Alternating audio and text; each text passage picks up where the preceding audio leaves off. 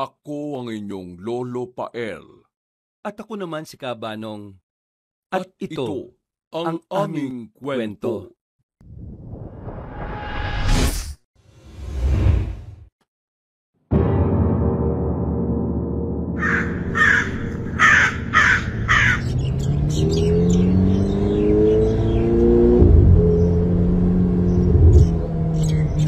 Ang ganda talaga ng tanawin dito sa probinsya no? Ang tahimik at walang traffic. Napakasarap tumira at magmuni-muni sa lugar na to. Kaya nga ako sumama dito dahil alam kong marerelax kong isip ko dahil sa mga tanawin dito. Tingnan mo sa labas puro punong nakikita natin, hindi building at kung ano-ano pang sasakyan na palagi natin nakikita sa syudad. Hindi rin mausok. Pero hindi ba kayo natatakot, guys? Sobrang tahimik, puro puno. Kung masisiraan tayo dito, wala agad makakatulong sa atin. Nakakatakot naman dito. Ganito yung nakikita ko sa mga palabas Ano ka ba naman, Roxanne? Ayan ka na naman sa pag-iisip mo ng mga nakakatakot. Tigilan mo nga yan. Malamang nasa probinsya tayo, puro puno talaga dito. Oo nga naman, Roxanne. Tsaka bakit ka ba sumama sa amin na magbakasyon sa bahay ni Lola Mary kung natatakot ka pala? Wala akong naalala na nagpaalam ka kay Mama Bigla ka nalang sumama dito. Bakasyon na. Malamang sasama talaga ako. Nakaka-stress kaya sa bahay, kuya. Pasensya na, kuya at ate ha. First time ko kasi mapadpad sa lugar na maraming puno. Alam nyo naman laking syudad ako. Para naman kayong mga sira Masasanay ka rin, Roxanne. Lalo na at isang buwan tayong magbabakasyon dito. Ganito tayo katagal na mananatili sa bahay ng lola ko. Maganda doon at sariwa ang hangin. Kaya alam ko magugustuhan mo. Tsaka napapagod na ako magtrabaho sa Maynila Kaya kailangan kong i-relax ang isip ko. Baka mabaliw ako sa dami ng trabahong ginagawa ko. Ako rin. Pakiramdam ko malaking adventure to sa buhay ko. Lalo na at kauna-unahan kong beses na nakapunta rito. Uy, teka, ano ba naman yan, Roxanne? Inubos mo na pala yung dala nating pagkain, Ngayon mo pa napansin? Walang ginawa yung kapatid mo kundi kumain ang kumain sa buong biyahe. Ubus na nga ang pagkain binili natin Napakatakaw, pero hindi naman tumataba. Uy, grabe kayo sa akin Nakakasakit kayo ng damdamin. Bakit? Totoo naman Kaya nga dinamihan ko ang pagbili ng pagkain sa syudad dahil alam kong puro pagkain lang ang aatupagin mo dito sa sasakyan. Kung hindi lang tayo talaga close na dalawa, hindi talaga kita isasama. Lugi kami ng kuya mo sa'yo Samahan niyo naman sa akin. Sigurado ka ba sa dinadaanan natin, Mary? Parang kanina pa tayo dumadaan sa lugar na to pero wala akong nakikitang bahay o kung anumang sign na nakalabas na tayo o nakarating na tayo.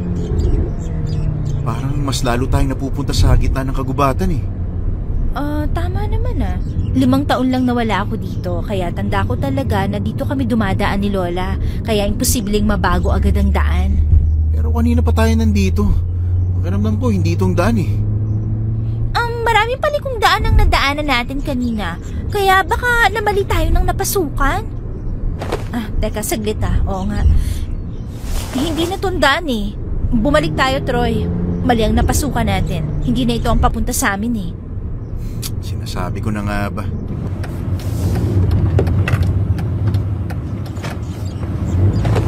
Ang galing mo manghula, kuya Paano mo nalaman? Instinct lang, Rox.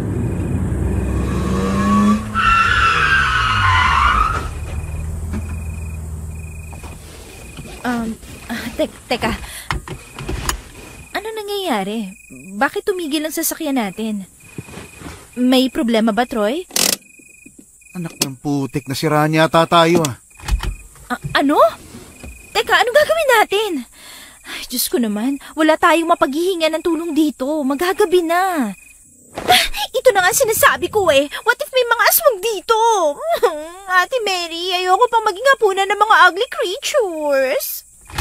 Ano ba naman kayo? Huwag nga kayong mataranta. Hindi masusolusyonan ito kung matataranta kayo dyan. Huwag kayong mag-isip na kung ano-ano. Pati ako nadadami sa pagiging matarantahin ninyo Manihimik na nga lang kayo.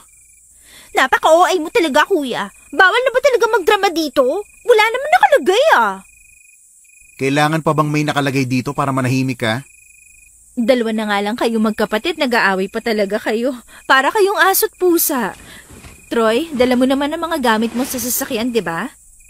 Oh, nasa likod ng kotse. Bakit? Kunin natin. Tutulungan kitang ayusin ang sasakyan. Mas mapapadali tayo kung magtutulungan tayong dalawa na maayos to. May liwanag pa naman sa labas, oh. Halika na. Paano ako?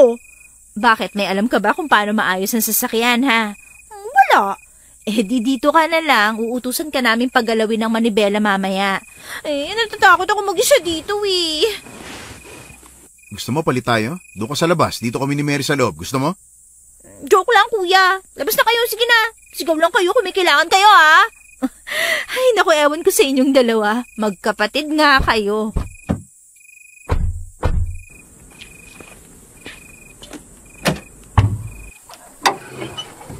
Mukhang malaking sira ng makina nito, ah. Hindi agad natin ito matatapos ngayon. Anong gagawin natin? Nagugutom na rin ako, eh. Inubos ni Roxanne ang dala nating pagkain, kaya wala tayong makakain sa loob ng kotse. Hindi pa naman masyadong madilim. Subukan nyo kaya maghanap ng pagkain sa paligid. Baka may mahanap kayong mga prutas na pwede nating kainin. Oo nga pala. Bakit hindi ko to naisip? Sige, iiwan ka namin dito. Isasama ko si Roxanne sa paghahanap ng pagkain. Marami namang puno dito, eh. Sana naman may makakain tayo kahit saging man lang, di ba? Sige, mag-iingat kayo, ha. Baka may ahas dyan sa daan. Huwag mo akong takutin, ha. Alam mo namang takot ako sa ahas, eh.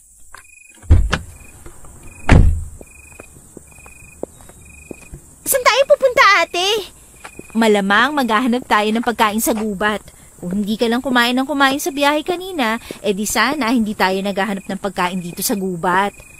Ate naman, hindi ko naman kasi naisip na mangyayari to. Kung alam ko lang, di sana bumili ako ng maraming pagkain. Hoy, bawang lang ang naiwang pagkain dun, eh.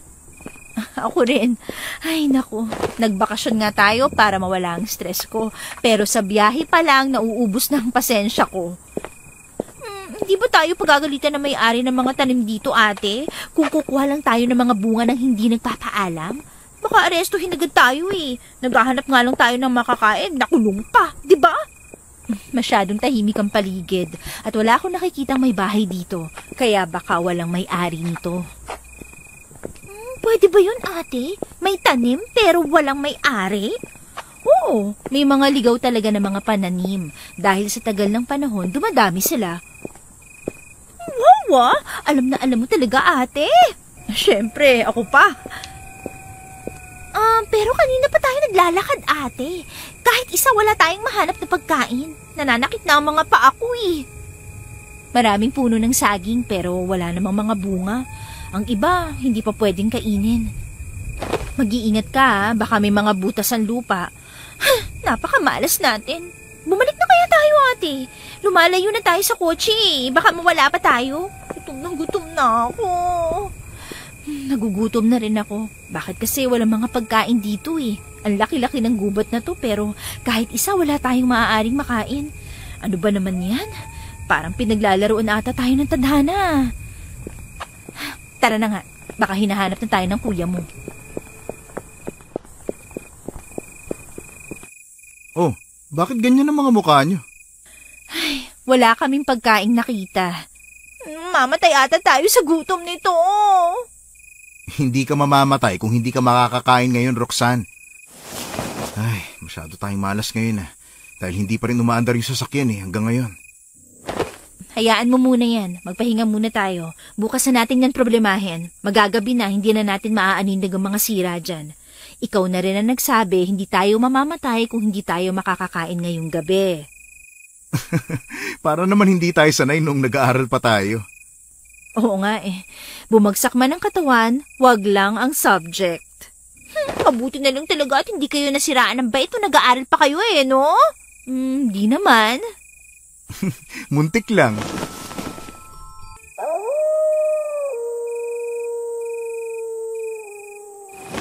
Naiihi ako, Roxanne. Samahan mo kaya ako? Saglit lang talaga. Sige na, maiihi na talaga ako, eh. Saan ka iihi?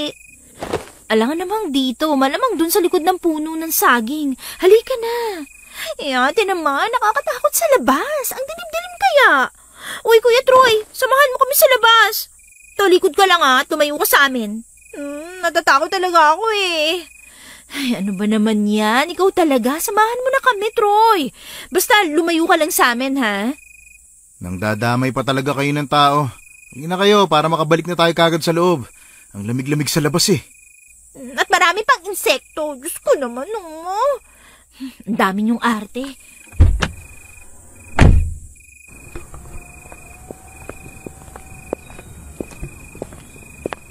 O, Troy, wag kang lilingon, ha? Oo nga, bilisan nyo na dyan.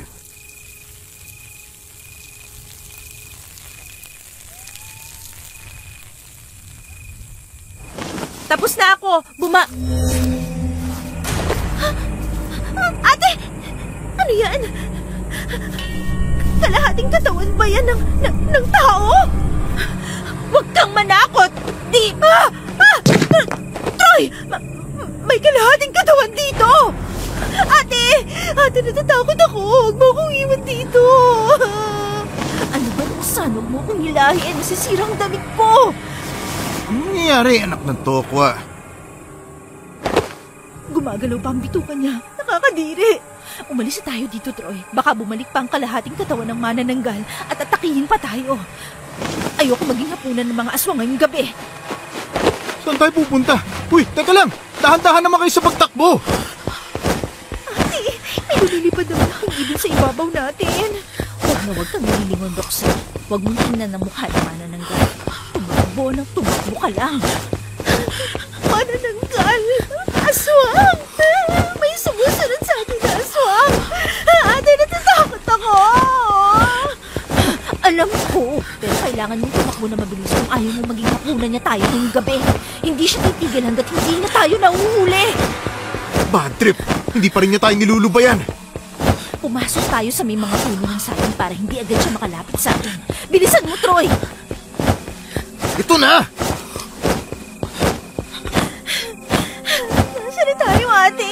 Anong ginagawa natin dito? Hindi ba tayo babalik sa kotse natin, ha, ate? Ay, nakawala rin tayo. Sa wakas.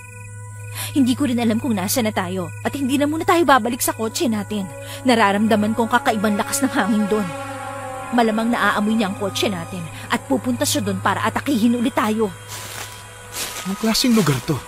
May mga bahay dito pero ang dilim. Parang nakakapagtaka naman ang mga naninirahan dito. May mga asin sa paligid nila. Subukan mo kayang kumatok, Troy. Baka pagbuksan tayo. Magpapalipas lang tayo ng gabi sa bahay nila. Tao po! Tao po! Ate, kuya, maaari po ba makituloy? Nasiraan po kasi kami ng sasakyan eh. Mabubuti po kami. Tao po! May tao sa loob, pero mukhang takot silang pagbuksan tayo. Itigil mo muna yan, Roxanne. Hindi tayo pagbubuksan dyan. Dahil kahit sigaw ang gawin natin, walang mangyayari. Saan tayo pupunta nito? Subukan nating maglakad pa sa unahan. May mga bahay pa naman siguro doon. Subukan natin. Sabi ko na nga ba may bahay dito. Pero nasa liblib na lugar tayo. Aling bahay ang kakatukin ko, ate? 2 bahay to eh. Teka, saglit lang. Ang dilim nila. Ang weird. Sa iba na lang kaya tayo kumatok?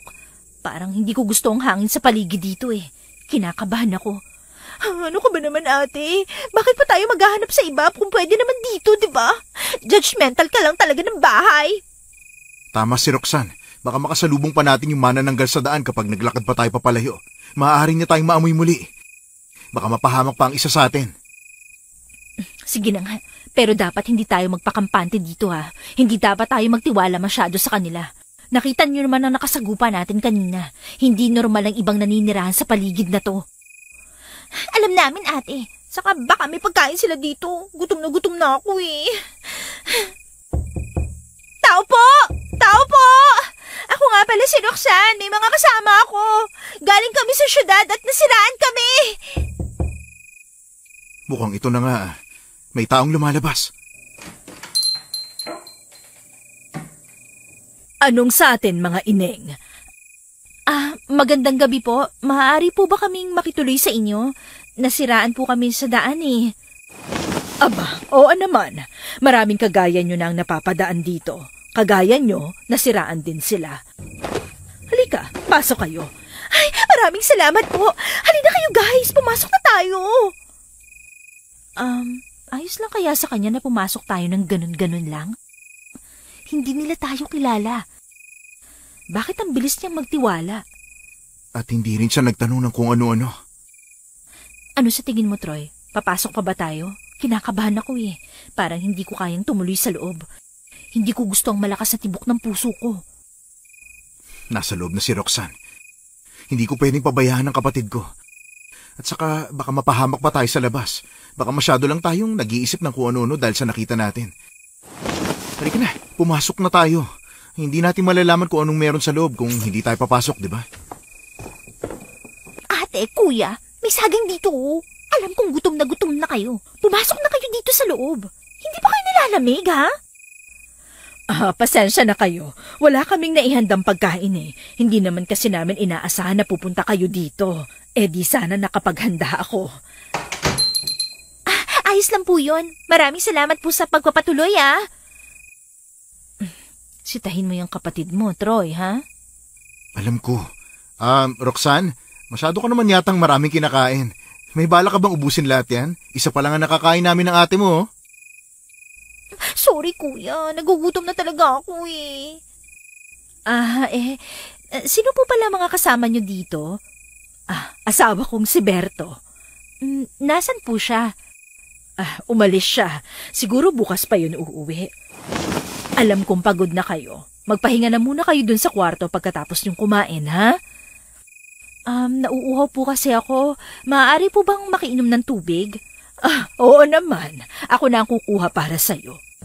Dito ka lang, ha? Ang sangsang ng amoy ng paligid. Nasa kagubatan sila, ate. Malamang hindi uso ang mga kakaibang panlinis na ginagamit natin sa syudad, no? Aray naman, ate. Bakit ka ba namumurot, ha? Ang sakit! Roxanne, nakinig ka nga sa akin. Pigilan mo yung sarili mo, ha? Yan sa pagiging kampante sa mga tao dito. Hindi ka na nakakatuwa. Tama ang ate mo, Roxanne. Mukha naman siya mabait, pero hindi natin kilala ng lubusan ng mga tao rito. Kaya makinig ka sa ate mo, naintindihan mo? Oo, kuya. Hindi ko naman yung nakakalimutan, eh. Nakakapagtaka lang, ano? Bakit parang alam niya na may tinatakbuhan tayo? O sadyang mali lang talaga ang pagkakaintindi ko sa sinabi niya kanina? Hindi ko alam, ate. Masyado kasing sarado ang isip ko dahil sa nakita natin kanina. What if? Tanungin kaya natin si... Ano nga ba pangalan nun? Nakalimutan nating itanong, eh. Oh, Iha. Nandito na ang tubig mo. Maraming salamat po. Ako nga po pala si Roxanne. Siya nga po pala si Ate Mary at Kuya Troy. Nasiraan kasi kami sa daan at may nakita kaming putol na katawan sa gilid ng puno ng saging. Sabi ni Ate Mary, katawan daw yun ng manananggal. Nakakalungkot naman na naaamoy agad nila kayo. Ako nga pala si Alberta. Pwede niyo akong tawaging Alberta. Kinagagalak po namin makilala kayo. Ang ibig niyo po bang sabihin? Marami sila?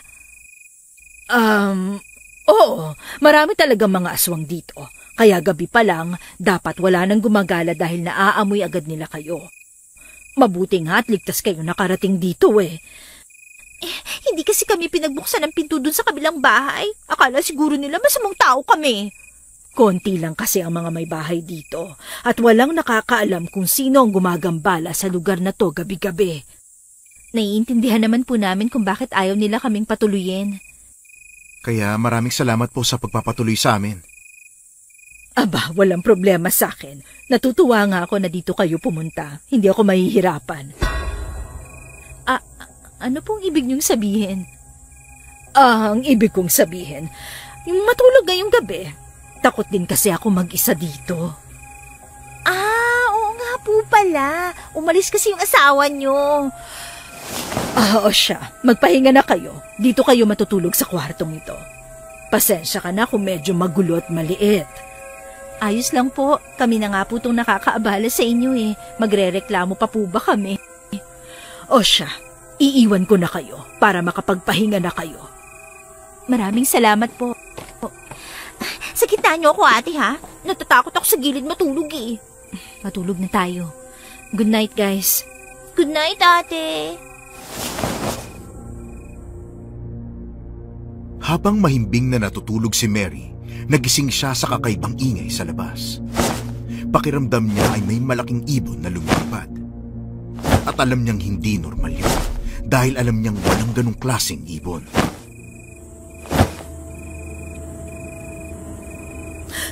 Roxanne, gising! Ano ba yan, ate? Naririnig mo ba yun? Ano ba? Ate, inaantok pa yung tao eh. Alam ko, pero may kakaiba talaga sa labas. Pakiramdam ko nasa labas ng bahay na tong manananggal.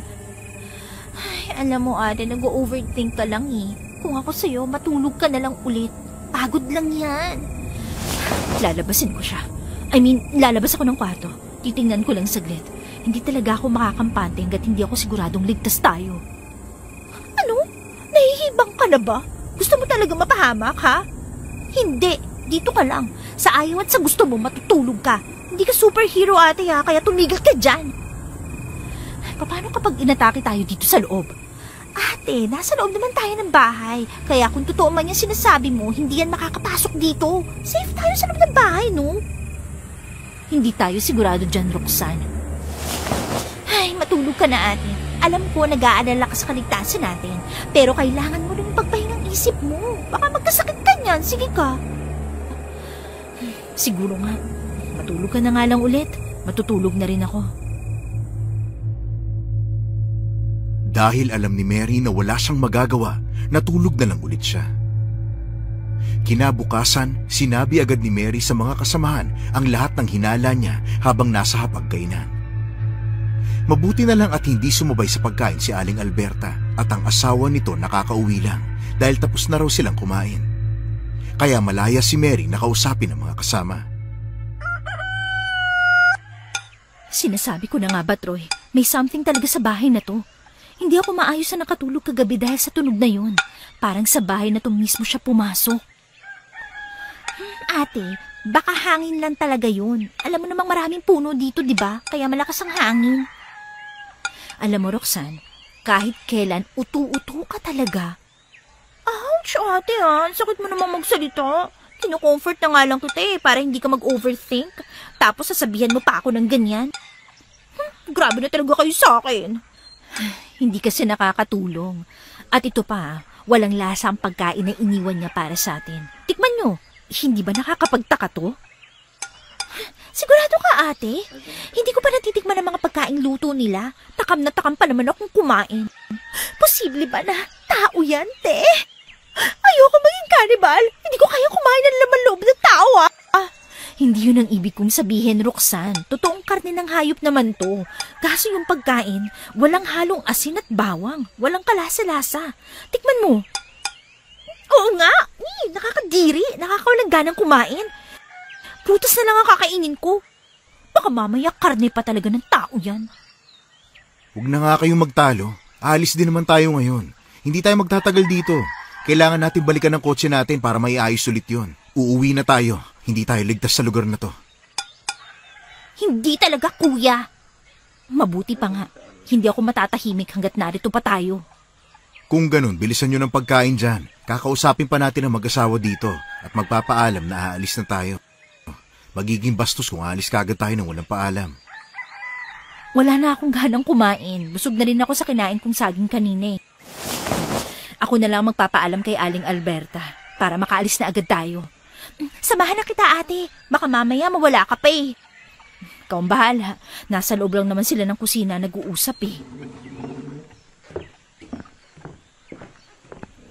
Yan ba yung asawa ni Aling Alberta, ate? Nakakatakot naman ang mukha niya. Para siyang nangangatay ng tao. Huwag na kaya tayo magpaalam. Tingnan mo nga may hawak siyang kutsilyo sa kamay. Baka mamaya gamitin pa yun sa atin. Oo, yan ang asawa niya. Nagulat nga ako na makita siya sa sala kaninang nakaupo. Mabuti na lang at pinakilala siya ni Aling Alberta sa akin. Berto daw ang pangalan niyan. Saka akala ko ba hindi mo sila pinaghihinalaan? Bakit parang ikaw pa nga ang ninenervyos sa ating dalawa? Nag-iingat lang ako, ate. Mas mainam na yung advance tayo mag-isip, diba? Ewan ko sa'yo. Kumalma ka nga. Baka malaman pa nilang pinaghihinalaan natin sila. Baka hindi tayo payagang makalabas dito sa bahay. Ikaw na ang kumausap, ate. Sige na. Magandang umaga po, Aling Alberta, at sa inyo po, Mang Berto. Magpapaalam lang po sana kami na aalis na kami. Kailangan kasi naming balikan ang kotse namin eh. Ganun ba? Ang bilis naman yata. Hindi ba pwedeng magtagal muna kayo dito? Kailangan po kasi. Nagmamadali ba kayo? Oo po. Hinihintay na po kasi ako ng lola ko. Baka nag-aalala sa akin kapag hindi pa kami makarating doon. Sayang naman. May handaan na magaganap mamayang gabi. Kaarawan kasi ng kapitbahay namin eh. Tapos kami-kami lang din ang kakain. Naku, maraming salamat po sa anyaya, pero kailangan na po kasi talaga naming umalis. Naiintindihan namin, Iha. Gusto niyo bang ihatid na namin kayo? Wala naman kaming ibang gagawin ngayon. Baka kasi maligaw ulit kayo. Hindi na po. Kaya na po namin. Naalala ko pa naman po yung dinaanan namin kagabi, kaya wag na po. Makakaabala pa po kami. Kung ganon, mag-iingat kayo. Bukas ang bahay namin sa muling pagbabalik ninyo. Maraming salamat po. Tara na, ate. Hindi talaga kita masisisi, ate, kung bakit pinaghihinalaan mo sila eh. Kakaiba talaga silang gumalaw at magsalita. Tapos parang kakainin tayo ng asawa ni Aling Alberta. Tingnan mo yung mga tingin niya, oh. Kaya nga, hindi ba? Sa kakita mo yung mga ngiti nila, nakakapangilabot, di ba? Ayos na ba? Oo, kuya. Makakaalis na tayo. Mabuti naman kung ganun. Para maaga nating matapos ang pag-ayos ng kotse. Siguraduhin yung wala na kayong naiwan dito, ha? Wala na. Maayos ng lahat. Pwede na tayong lumabas ng bahay.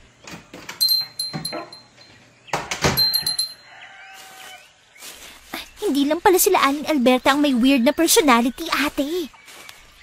Bakit? Tingnan yung mga kapitbahay nila. Para tayong may ginawang masama sa kanila dahil sa mga tingin nila, oh. Tingnan mo. Hayaan nyo na lang. Baka mas lalo tayong mapasama kapag nalaman nilang pinag-uusapan natin sila. Ang pag-usapan nyo na lang kung tama pa tong dinadaanan natin pabalik. Masyadong madilim kagabi kaya hindi ko na masyadong maalala yung daan. Tama naman. Tumingin-tingin din kayo sa paligid, Baka may madaanan kayong pagkain. Magugutom talaga tayo mamaya. Ate, nakakapagtaka lang. Sa dami talaga ng tanim dito, pero kahit iisa walang bunga. Wala ring mga hayop na napapadaan. Para bang sinadya na wala talaga tayong mahanap ng pagkain. O baka masyado lang talaga ako nag-iisip ng kung ano-ano. Roxanne, wala tayong magagawa. Mga dayo lang tayo dito. Hindi natin kabisado ang bawat lugar. Kung sana nandun tayo sa bahay ng lola ko, hindi tayo naghihirap na maghanap ng pagkain dahil marami kaming tanim doon. Kaya nga dapat pagbutihin natin ang pag-ayos ng kotse para makarating na tayo doon. Hindi ba tayo babalik ng syudad, kuya? Paano kung bumalik ang manananggal? Masyado na tayong malayo. Mas mahihirapan tayo kung babalik pa tayo sa syudad. Tama ang kuya mo, Roxanne. Mas maganda kung magpapatuloy tayo. Malapit na rin naman tayo eh. Nagkamali lang talaga tayo ng lugar na dinaanan. Kayong bahala! Ilang minuto lang ang paglalakad nila bago nila natagpuan ang pinag-iwanan nila ng kotse. Hindi sila nagsayang ng oras at sinubukang ayusin ang sasakyan nila.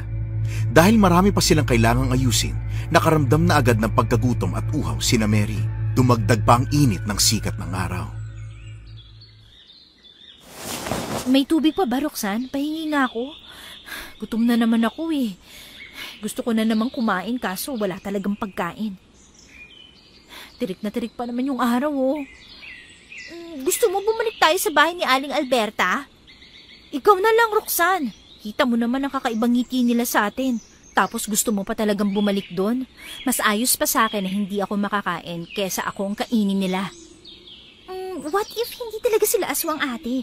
Tapos naging judgmental lang tayo sa mga kinilos nila dahil sa nakita nating putol na katawan. Wala naman kasi tayong pruweba, di ba, na aswang talaga sila. Paano mo may papaliwanag ang pagkain nilang walang kalasa-lasa, ha? Hello, ate. Nasa gitna tayo ng kagubatan. Baka naman naubusan lang sila ng asin dahil wala naman talagang tindahan dito. At higit sa lahat, malayo to sa syudad. Nakakagilty kaya na pinaghinalaan natin sila habang tinulungan naman nila tayo. Actually, ikaw lang naman talaga nag-iisip ng kung ano-ano eh. Nadamay lang talaga ako. Wow, pasensya naman kung nag-iingat ako. Mas mainam na yung handa tayo. Tsaka nagpasalamat naman tayo bago umalis Ayos na yun. Tigilan nyo na nga ang pagtatalo dyan. Malapit na ako matapos. Makakalis na tayo maya-maya. Parang nagmamadali ata ang panahon. Ilang oras na lang magdidilim na naman. Yung nirereklamo nyo dyan, kung tinutulungan nyo sana ako, edi sana tapos na natin to.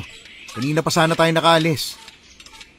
Aba kuya, kung pinayagan mo sana ako matutong mag-drive, edi sana alam ko kung paano paggalawin at ayusin ang sasakyan kapag nasisira. Ay, ang dami mong satsat. Manahimik ka na nga lang. Masakit ang ulo ko sa'yo, Roxanne. Parang maayos na ata siya, Troy. Susubukan kong paandarin ng manibela sa loob. Tapos tingnan mo kung gumagana ba ang lahat. Dahan-dahanin mo lang ang pagpapaandar. Baka may masira ulit. Titingnan ko yung makina. Teka, umaandar na siya, Troy. Makakauwi na tayo. Gumagana na. Ay, finally! Thank you! Halika na, kuya. Pumasok ka na sa loob para makaalis na tayo. Dali! Tara na, ano pang hinihintay nyo? Umalis na tayo. Ako na magmamaneho. Makakakain na rin ako ng masasarap na pagkain pagkatapos kung hindi makakain ng maayos buong gabi. Ay, kapag nakauwi talaga tayo, kakain talaga ako ng maraming lechon manok at baboy. Pagkain lang talagang laman ng isip mo no? Pero hindi ka naman tumataba. Malamang kuya, buong maghapon kaya na puro tubig at saging lang ang laman ng tiyan ko. Hindi ko ba naaawa?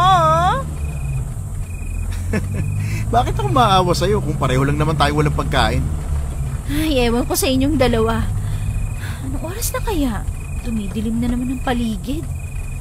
Lobat ang keypad ko, ate. Hindi natin malalaman ang oras. Sayang. Pero siguro nasa mga 6:00 na ngayon. Kung bibilisan ko ang pagmamaneho, makakarating siguro tayo na mabilis doon. Madilim ang paligid, Mary. Baka madisgrasya tayo kung pabibilisin natin ang takbo ng kotse. Ayos na ang takbo natin. Hindi mabagal, hindi rin ganun kabilis. Makakarating din naman tayo doon kung ganito kabilis ang takbo natin. Sabi ko ng tokwa. Ano yun? May kumakalang sa bubong ng kotse natin Ano na naman to? Nako, bilisan mo ang pagmamaneho, Mary. Nasa itaas natin ang manananggal. Inaatake na naman nila tayo. Ate! Bilisan mo, ate! Nakasunod sila sa atin! Ito na. Huwag mo hilahin ang damit ko. Mababangga tayo. Mas gusto ito pang mamatay dahil sa disgrasya kaysa maging hapunan nila. Tigilan mo nga yung kakasigaw dyan, Roxanne. Hindi nakakatulong. Nininervous talaga ako dahil sa'yo Ano gagawin ko, Troy? Mabubutas ang ibabaw ng kotse natin dahil sa mga atake nila. Idiretso mo lang ang sasakyan, Mary. Kung titigil tayo, mas lalong mapapadali sa kanilang pag-atake sa atin. Ilan ba silang nakasunod sa atin? 2. Diyos ko, bakit ang dami nila? Mukhang aatakihin nila tayo sa harapan. Lumigo ka, Mary. Bumalik tayo sa dinaanan natin. Bilisan mo. Kung ganon, humawa kayo na mahigpit. Ate, bilisan mo ang pagmamaneho. Masisira na bintana sa pilit ko dahil sa mga hampas nila. Sinusubukan ko kaso ang bilis nilang lumipad. Ano ba naman?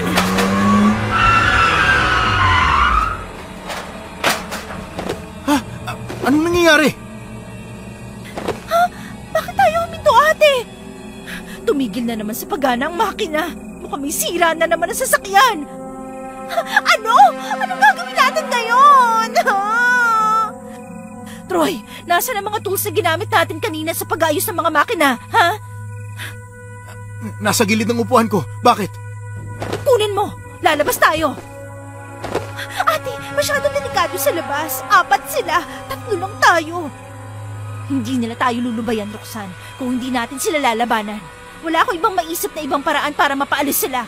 Kung natatakot kang lumaban, dito ka lang. Hindi ka naman namin pipiliting sumama sa amin sa labas.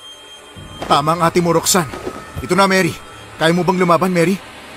Oo, wala naman kasi tayong ibang pagpipilian, Troy. Kakayanan natin to, Roxanne. Kahit anong mangyari, huwag mong bubuksan ang pintuan, ha? Iligtas mo ang sarili mo. Ate naman. Naiintindihan mo ba? Oo na, ate. Mag-iingat kayo. Halika na, Mary. Pagkababa pa lamang, agad na nilang inihanda ang kanilang sarili. Sabay na sumugod ang 2 manananggal, kaya agad na dinipensahan ni Mary ang kanyang sarili. Alam niyang mahihirapan siyang abutin ang mga manananggal, dahil lumilipad ito. Kaya hinintay niya itong bumaba sa kanya. Pinapaalis sila. Nakita ko sa kotse natin ang tirang pagkain natin na may halong bawang. Buti effective talaga na nakakapagpalayas to ng aswang. Ganyan nga, Roxanne. Ayusin mo ang pagbato para mapaalis natin sila. Pahina na ng pahina ang katawan nila dahil sa mga sugat na nagawa namin sa katawan nila. Kaya hindi na sila magtatagal. Babagsak na ang katawan nila. Tigilan mo na yan! Ginagalit mo talaga ako! Tumigil ka na, bruha! Galingan niyo sa pag-ilag dahil kapag natamaan kayo nito, sigurado akong sunog pati ang madilim yung kaluluwa. Kaya kung ako sa inyo, aalis na ako kung ayaw niyo pang mamatay. Tandaan nyo, gaganti ako. Babalik at babalikan ko kayo. Nasa palad na namin ang buhay nyo. Kaya hindi na kayo makakatakas pa. Masyado kayong natuto. Mga walang hiya! Walang ya ka rin. Ang pangit ng tabas sa dila niya. Nakakadiri ang putol niyang katawan. Yak! At ang itim niyang mga kuko. Hindi ba uso sa kanilang nail cutter, ha? Yak! Salamat, Roxanne, ha? Aba, walang anuman, ate. Mabuti na lang may naiambag din ako, di ba? Mabuti nga. Hindi yung puro sigaw ka lang. Awa, nakaka-offend ka na talaga, kuya. Takot na takot kaya ako kanina. Pakiramdam ko nga, maiihina ako sa takot eh. Dumudugo ang braso mo, Troy. Kailangan nating gamutin ang mga kalmot sa katawan mo dahil kahit maliit lang ang sugat sa braso mo, malakas pa rin ang agos ng dugo. Tama nga, kuya. Wala na nga tayong maayos na pagkain eh. Mauubusan ka pa talaga ng dugo. Baka puro buto na lang ang maiwan sa'yo pag uwi natin sa bahay. Saan tayo kukuha ng gamot? Wala tayong mahihinga ng tulong dito. Bumalik na kaya tayo sa bahay ni Aling Alberta. Humingi tayo ng tulong doon. Teka lang. Babalik tayo doon? Oo, ate. Wala na tayong pagpipilian. Kailangan nating ipagamot si kuya. Wala tayong ibang mahihinga ng tulong ngayon kundi sila lang. Ayokong bumalik doon. Maghanap na lang kaya tayo ng iba. Ay, alam ko na ayaw mo, ate. Pero may magbubukas ba sa atin ng pintuan pag sa iba tayo humingi ng tulong, ha? Lahat sila takot. Saka konting lakad lang ang gagawin natin. Makakarating na agad tayo sa bahay nila. Oo na. Pumapayag na ako. Huwag ka mag-alala, ate. Mag-iingat tayo kagaya ng sinabi mo. Kakampi mo kami. Maniniwala kami sa'yo. Ano, tara na. May sugat ka rin, Mary. Nag-aalala ka sa akin pero hindi mo napansin na may sugat ka rin sa leeg mo. Wala to. Tara na. Kahit labag man sa loob ni Mary, wala siyang ibang pagpipilian kundi bumalik sa bahay ni Aling Alberta. Mahigpit na naghawakan sa braso sina Mary at Roxanne. Nang makita nakakaiba ang ekspresyon ng mukha ni Aling Alberta nang binuksan nito ang pinto ng bahay. May halong saya, panganib at nakatagong galit sa mga mata nito habang nakatingin sa kanila. Hindi alam ni Mary kung guni-guni lang niya ito pero mas lalong sumama ang pakiramdam niya. Bumalik kayo. Sinugod na naman kayo ng manananggal, ha? Parang ganun nga po. Paano niyo po nalaman? Dahil pumupunta lang kayo dito kapag inaatake nila kayo. May sugat ka rin, Mary. Ayos lang po ba na dumito muna kami ngayong gabi? Kailangan kasi namin gamutin sila Ate Mary at Kuya Troy eh. Oo naman. Welcome na welcome kayo sa bahay ko palagi. Walang problema sa akin. Alam ko namang babalik talaga kayo dito. Kukuha lang ako ng gamot sa kusina. Parang alam ko ng pakiramdam na nararamdaman mo, Ate Mary. Mabuti naman at ligtas kayo nakabalik dito. Ay, ano ka ng aswang? Lumayo ka sa akin, demonyo! Ate, si Mang Berto yan! Ay, hala, pasensya na po, Mang Berto. Hindi ko kasi napansin ang paglapit mo. Pasensya na po. Ayos lang. Mukhang gutom na kayo. May dala akong pagkain. Kainin nyo na to. Mawalang galang na po, pero may asin po ba kayo dito? Wala kasing lasa ang karne ng baboy eh. Wala po ba talaga kayong asin dito? Klaseng tanong yan, Mary. Pasensya na, iha, ha? Pero wala kaming asin dito. Malayo kami sa syudad, kaya wala kaming imbak na asin dito. Ganun po ba? Sabi ko sa'yo, ate, kaya walang lasang pagkain nila dito kasi malayo sila sa tindahan. Bakit, Mary? Ayaw mo ba? Hindi naman po sa ganun. Ayos na po to. Ayos lang. Maraming salamat po sa pagkain, ha? Kung ganun, maiwan ko na kayo. May kakatain pa akong hayop sa labas. Iingat po. Ate, grabe. Nakakatakot talaga siya magsalita.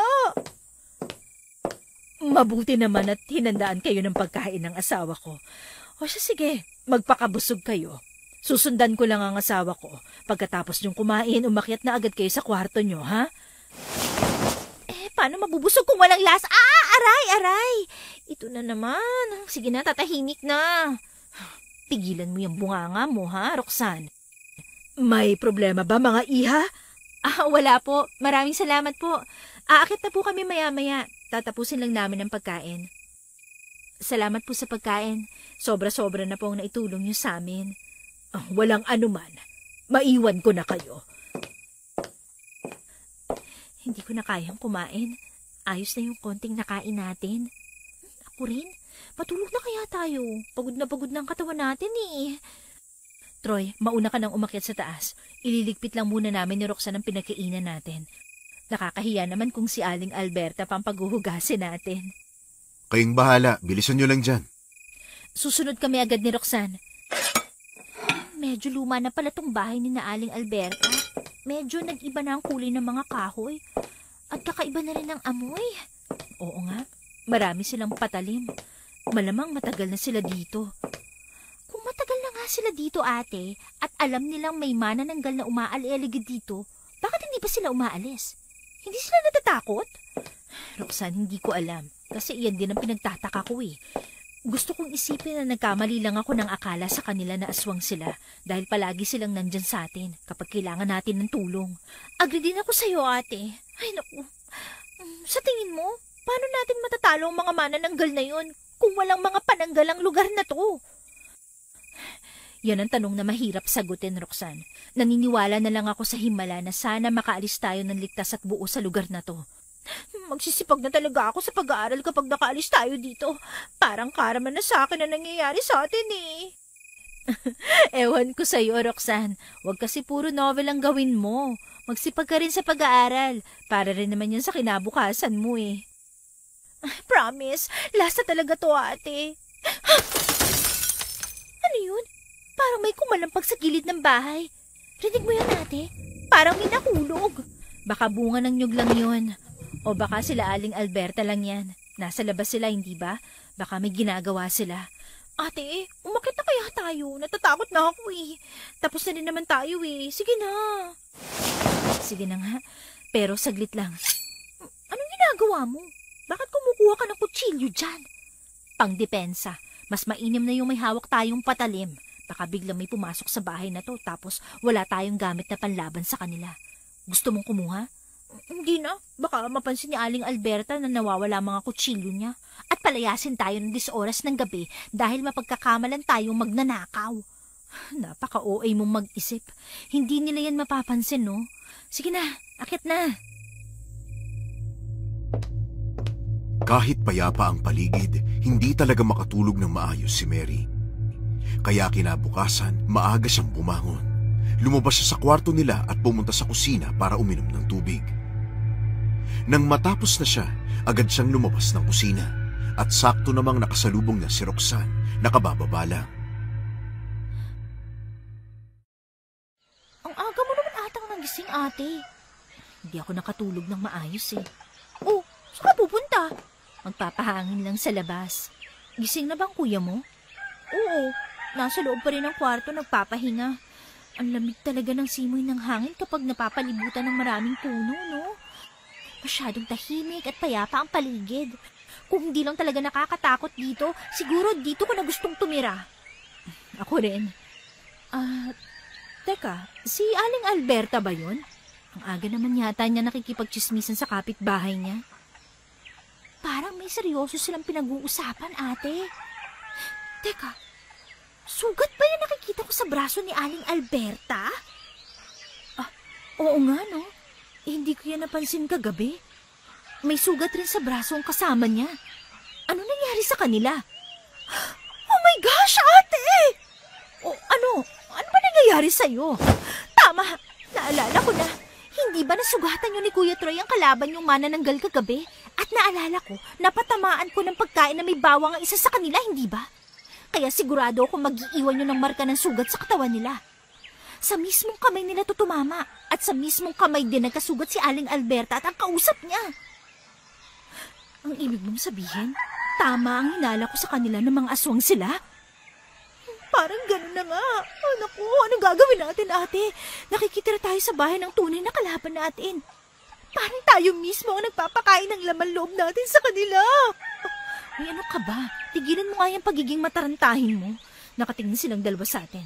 Kapag nalaman nilang alam na natin ang tunay nilang anyo, baka hindi na tayo makapagplano ng maayos.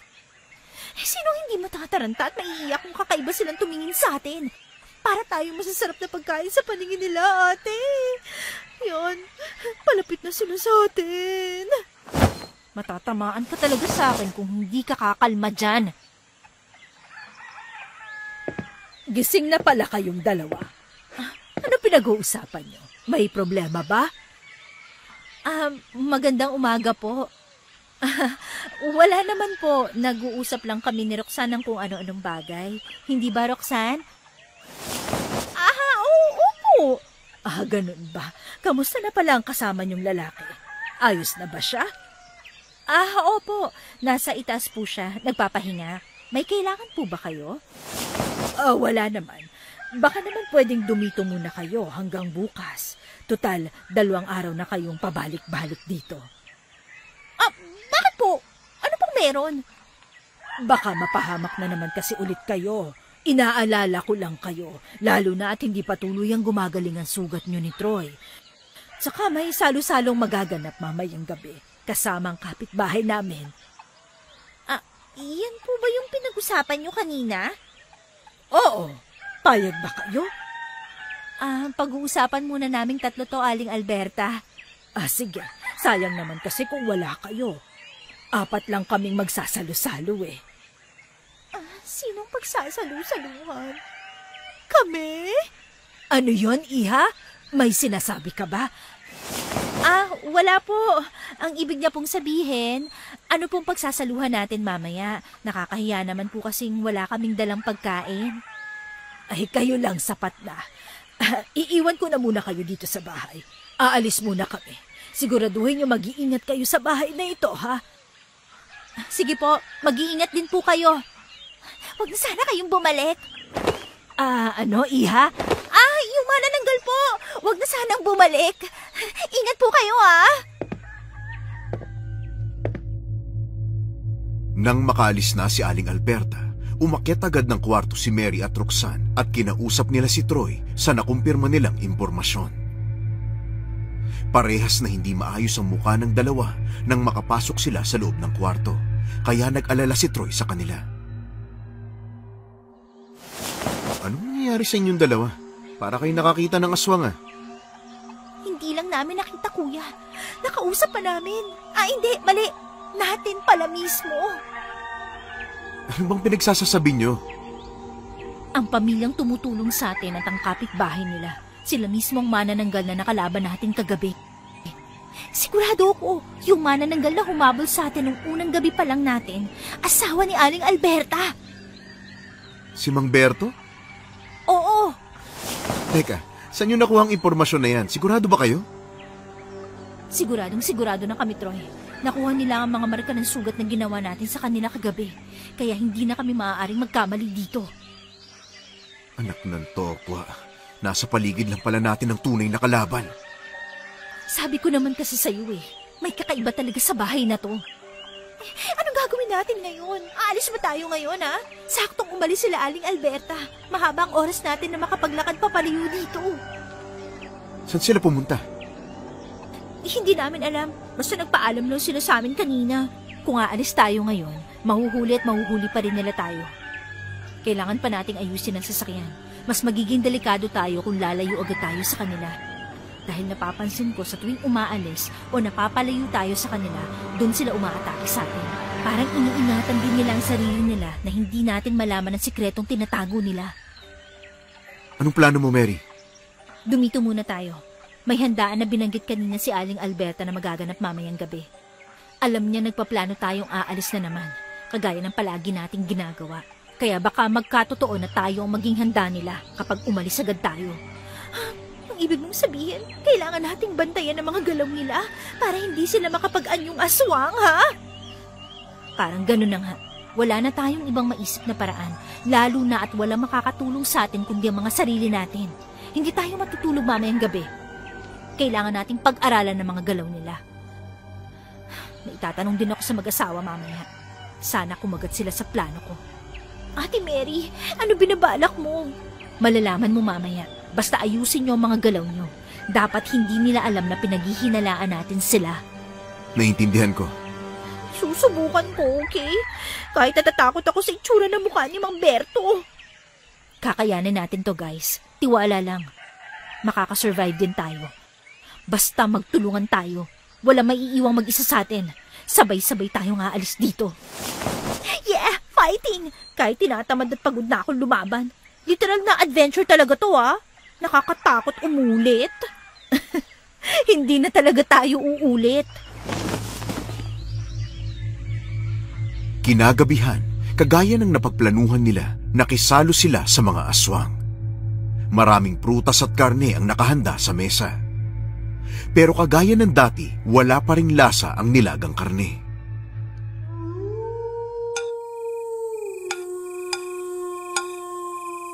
Mabuti naman at hindi pa kayo umaalis. Sayang. Sayang ang ano po? Ang mga pagkaing inihanda namin para sa inyo. Kung umalis kayo, masasayang naman ito. Walang kakain. Saan nyo naman po nakita mga prutas na to? Ilang beses na kasi kaming naghahanap ng mga prutas sa gubat pero wala kahit isa. Nakukuha namin yan sa kabilang gubat. Minsan, sa bundok. Paano nyo nakukuha mga prutas na to kung sa malayong lugar nyo pala to nakikita? Nililipad niyo po ba? Aray! Ay, hindi. Joke lang po. Akong kumuha niyan sa gubat. Nakikita ko yan sa pangangaso ko. Ganun po ba? Ang tamis kasi ng mga prutas, nakakabusog. Sige lang. Kumain lang kayo. Magpakabusog kayo, ha? Matagal na po kayo dito, 'di ba? Para hindi agad tayo maghinala. Mabuti na lang at sinagot kagad tayo ni Mang Berto. Hindi na natin kailangan utuin at pilitin ng matanda niyang asawa para sabihin sa atin. Ngayong marami na tayong nalalaman, dito natin tatapusin ang lahat, okay? Tapusin na natin to. Kumilos na tayo bago pa nila tayo maunahan. Hindi dapat magwagi ang masamang balak nila sa atin. Marami silang patalim sa ibaba, di ba? Kunin natin yun para may mga panlaban tayo habang hinahanap natin ang mga halaman na yon. Tama. Dahil sa oras na lumabas tayo sa bahay na to, mabilis nila tayong maaamoy. Teka, parang nakakarinig ako ng yapak ng paa. Humiga na tayo. Parang titingnan nila tayo eh.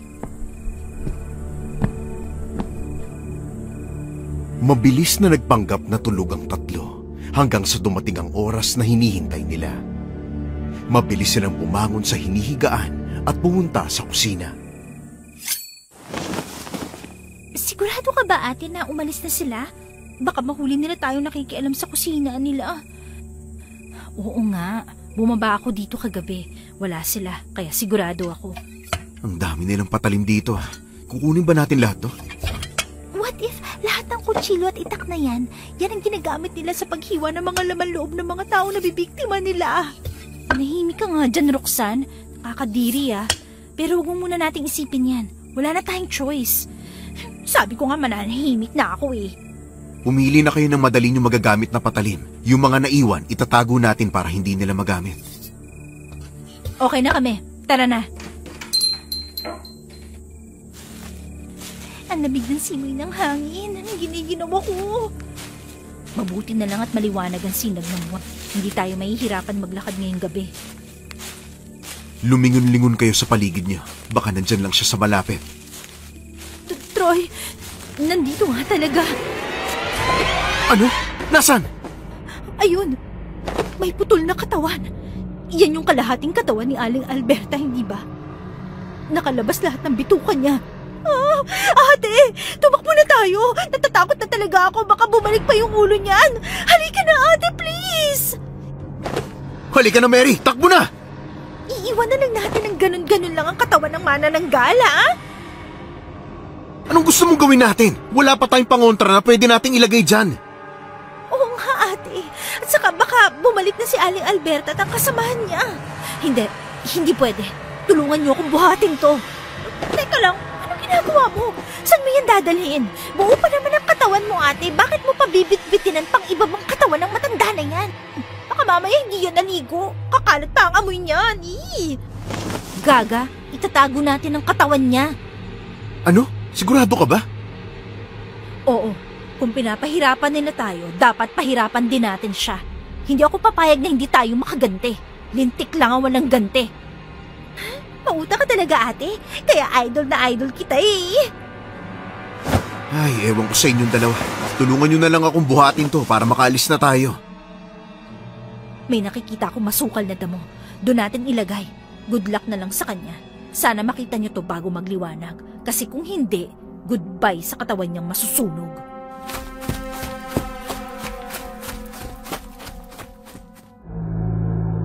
Matapos nilang maitago ang kalahating katawan ng manananggal, agad silang tumakbo papasok sa gubat para maghanap ng matataguan. Alam nilang hindi sila makakagalaw ng maayos kung nasa puder sila ng kalaban. Teka lang, dahan-dahan naman sa pagtakbo. Baka mamaya may butas dito, mahulog pa tayo. Hindi tayo pwedeng tumigil, ate. Baka maabutan nila tayo. Maaabutan at maaabutan talaga nila tayo kapag nakita tayo. Hello? May mga pakpak kaya yung mga yun. Mabilis gumalaw. At saka hindi tayo pumunta sa gubat para tumakbo lang ng tumakbo. Nandito tayo para maghanap ng mapagtataguan. Kanina pa ako nagmamasid pero wala pa ako nakikitang pwedeng pagtaguan. Baka meron sa unahan. Dahan-dahan lang tayo sa paglalakad. Hinihingal na ako eh. Wala pa tayong dalang tubig. Nakalimutan pa nating magnakaw ng prutas sa tubig kina Aling Alberta. Wow, ate oh. Lumayas ka na nga, magnanakaw ka pa, ganon ha?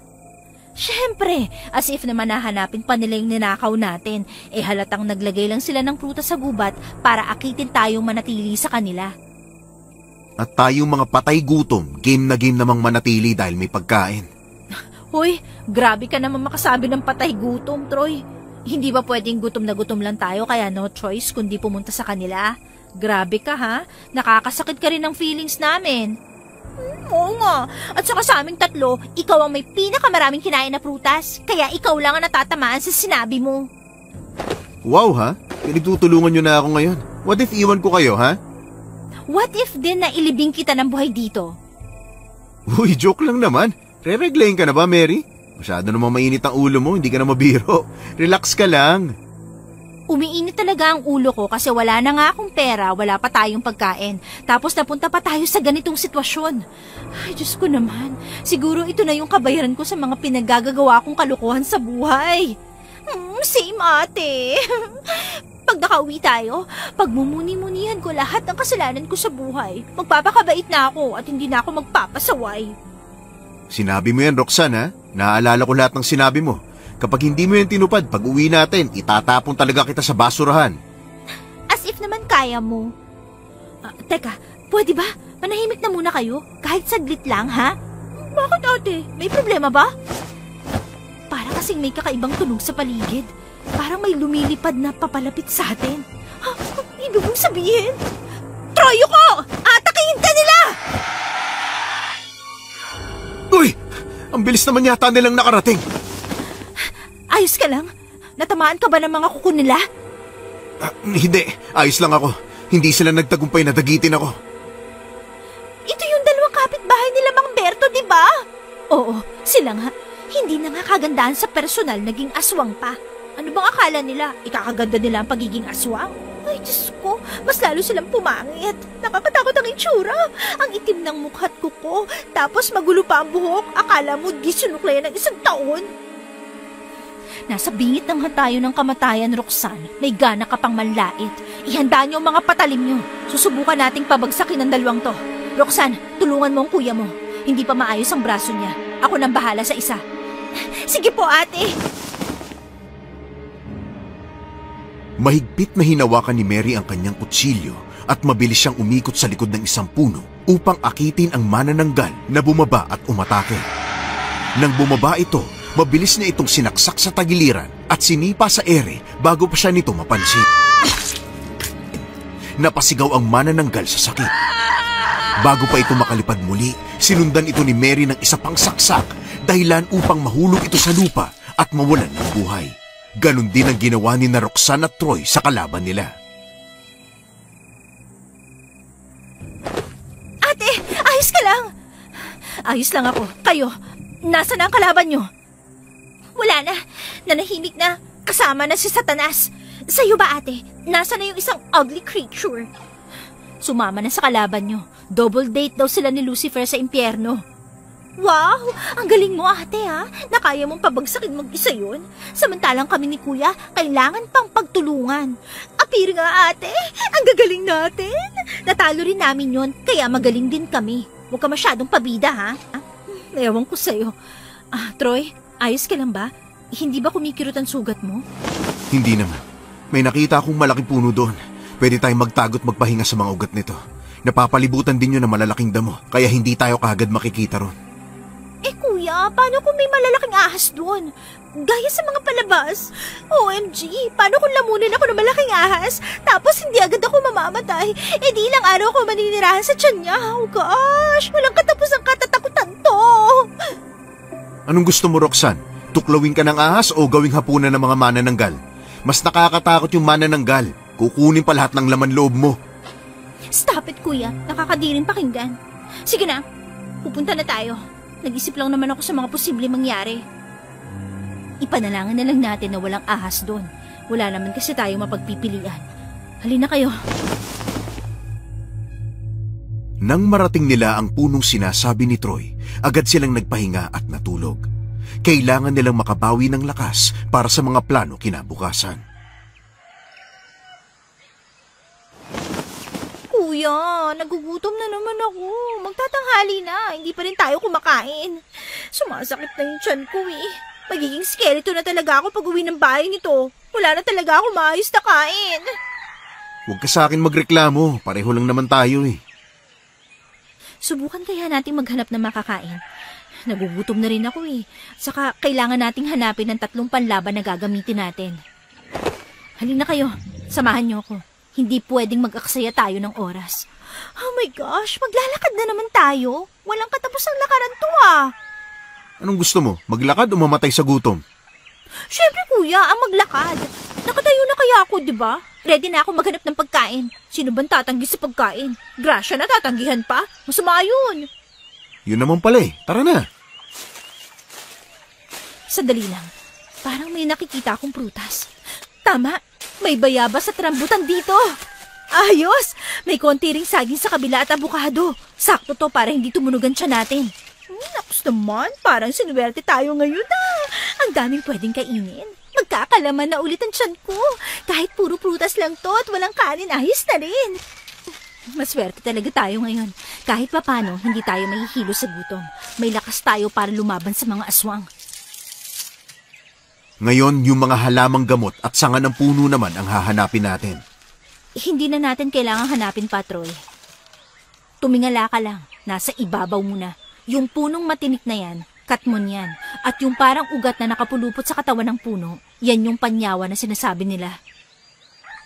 Ate, sigurado ka ba dyan? Oo naman. Para ka namang walang tiwala sa akin.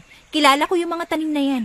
Hindi ko lang alam dati na pangontra pala sila sa mga aswang. Hindi kasi naikwento sa akin eh. Aba, ano pang hinihintay natin? Akyatin na natin. Sayang ang oras. Ako na nga akyat. Baka mabalian pa kayo ng buto kapag nahulog kayo. Kaya mo ba? Oo, kaya ko to. Maghanap na lang kayo ng iba habang umaakyat ako para mas mapabilis tayo. 2 lang naman ang kailangan natin. Makahiya at yung isa pa. Nasa lupa lang ang makahiya, kaya mamaya na natin kunin para hindi agad malanta. Sanga lang naman ang kukunin ko sa katmon, di ba? Oo, at yung panyawan din. Pero mag-iingat ka, mapait yan. Okay na, nakuha ko na. Sige, bumaba ka na dito. Ayan! Sa wakas, kumpleto na rin! May panlaban na rin tayo kahit papano. Hindi lang puro patalim. Mahihirapan tayo kung lumilipad ang mga kalaban. Tama. Sa tingin mo ate, nahanap na kaya ni Aling Alberta ang katawan niya? Aba malay ko. Kung magpapakita siya sa atin, malamang nakita niya na yung kalahati ng katawan niya. Pero kung hindi, baka nasunog na yun sa sikat ng araw. At saka, bakit ba ang dami mong tanong? Lalamon ka na nga lang, magtatanong ka pa. Nag-aalala ka ba dun? Oh, syempre hindi, no? Nagtatanong lang naman ako, ate. Curious lang, yun lang. Hindi kasi ako makapaniwalang tinago talaga natin. Makikita din niya yun. Malakas ang pang-amoy nila sa mga kaputol na katawan nila, no? Sabagay, sa amoy pa lang ng katawan niya, kahit malayo pa siya, malalaman na agad niya sa kanya yun. Mabaho eh. Ikaw talaga, Roxanne, umandar talaga yung kabaliwan mo. Siyempre ate, nagmana lang naman ako sa inyo ni kuya eh. Baliw din kaya si kuya. Totoo yan. Kaya nga naging kaibigan namin yan dahil sa parehas kaming may sira ang utak nung nag-aaral pa kami. Saka wag mo na kasing isipin yun. Ang isipin mo kung paano mo natin maililigtas ang buhay natin sa kapahamakan mamaya. Paano natin sila malalabanan na tayo ang mananalo. Tama, 2 na lang silang kalaban natin. Sana naman matapos na agad natin to. Pagod na ako sa kanila eh. Hindi ako sanay na matulog sa labas. Ayos lang sana kung sa labas ng bahay namin, kaso sa labas ng gubat to eh. Kahit 2 na lang sila, hindi tayo dapat magpakampante lalo na at sa itsura pa lang nila, halata namang marami na silang karanasan sa paglaban at pagkain ng mga tao. Ibig sabihin, malakas sila. Pero ayos na rin yung ganito na alam natin kung sinong kalaban natin, hindi ba? Hindi yung tinatakasan natin yung mga aswang. Pero sa bahay ng aswang din pala tayo nang hihingi ng tulong. Ano bang gagawin natin mamaya? Hindi ako sigurado, pero gusto kong makaharap ang isa sa kanila. Dahil hanggat hindi natin nalalaman kung sino ang mananalo at matatalo, hindi na ako mapapakali. Hindi tayo dapat habang buhay na magtatago at tatakas. So ibig mong sabihin lalabas tayo dito para hanapin sila? Oo, alam kong aamuyin at aamuyin nila ang baho natin. Kaya alam kong may makakaharap tayo mamaya. Kung yan ang desisyon mo, maghanda na tayo. Dahil mapapalaban pala tayo mamaya. Doon na naman po tayo, makikipaglaban sa ugly creatures. Grabe, walang katapusang labanan to. Wala talaga. Kaya kung ako sa'yo, matulog ka ng maaga para may lakas ka mamaya. Mabuti pa nga para hindi ako ma-stress sa pinag-uusapan nyo. Troy, hindi ka ba magpapahinga? Hindi na. Matulog ka muna. Babantayan ko kayo. Hindi pwedeng sabay-sabay tayong matulog. Baka makita nila tayo dito. Okay, ikaw ang bahala. Nag-aalala. What if kayo talaga para sa isa't isa, ha? What if iwan ka namin ng kuya mo mag-isa dito habang natutulog ka, ha? Walang ganyanan, ate. Nagbibiro lang naman ako, eh. Puro kayo away. Sige na, matulog na kayo. May ilang oras na lang kayong natitira bago gumabi. Gisingin mo lang ako kapag may kailangan ka o kung gusto mong magpahinga. Magkatabing natulog sina Mary at Roxanne habang si Troy naman ang nagbabantay sa paligid nila. Bago pa tuluyang magdilim ang kapaligiran, bumangon na si Mary para sa paghahanda nila. Habang nakahiwalay siya sa kasamahan niya, nagulat na lamang siya nang may biglang humila sa kanya at inangat siya sa ere habang sakal-sakal siya. Bitiwan mo ako! Nasasaktan ako! Masasaktan at masasaktan ka talaga sa akin. Pakialamera ka! Ang dami-dami mo kasalanan sa akin! Roxanne! Troy! Tulungan niyo ako! Di ako makahinga! Masarap pa sa pakiramdam habang nakabakon ng mga mahahaba kong kuko sa leeg mo, Mary! Lumalabas ang sariwa mong dugo at dumadaloy sa mga kamay ko. Ang sarap dilaan at sipsipin! Ano ginagawa mo? Huwag mo akong didilaan! Roxanne! Sariwang-sariwa. Huwag mong asahan ang mga kasama mo dahil niligaw ko sila! Walang yaka! Demonyo ka! Kapag nakawala ako dito, sisiguruhin kong pagbabayaran mo ang pagpapahirap sa akin! Oh, talaga ba? Oh, nakakatakot ka naman. Tigilan mo ang pagpupumiglas dahil kapag ako napikon sa'yo, iuhulog kita dito mula sa taas hanggang sa lupa. Tingnan natin kung hindi mabali ang lahat ng buto mo sa taas ng nilipad ko! At sa tingin mo, natatakot ako? Mas gugustuhin ko pang mamatay sa pagkakahulog dito kesa sa makasamang kagaya mo dito! Aray! Tigilan mo ang pangangalmot mo sa mukha ko! Wisit ka, babae ka!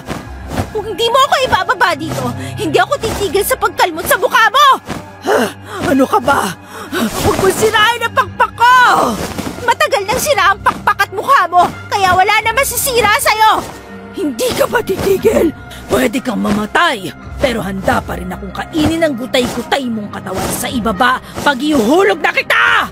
Subukan mo! Tulong! Ate! Ate! Ayos ka lang! Aray! Aray!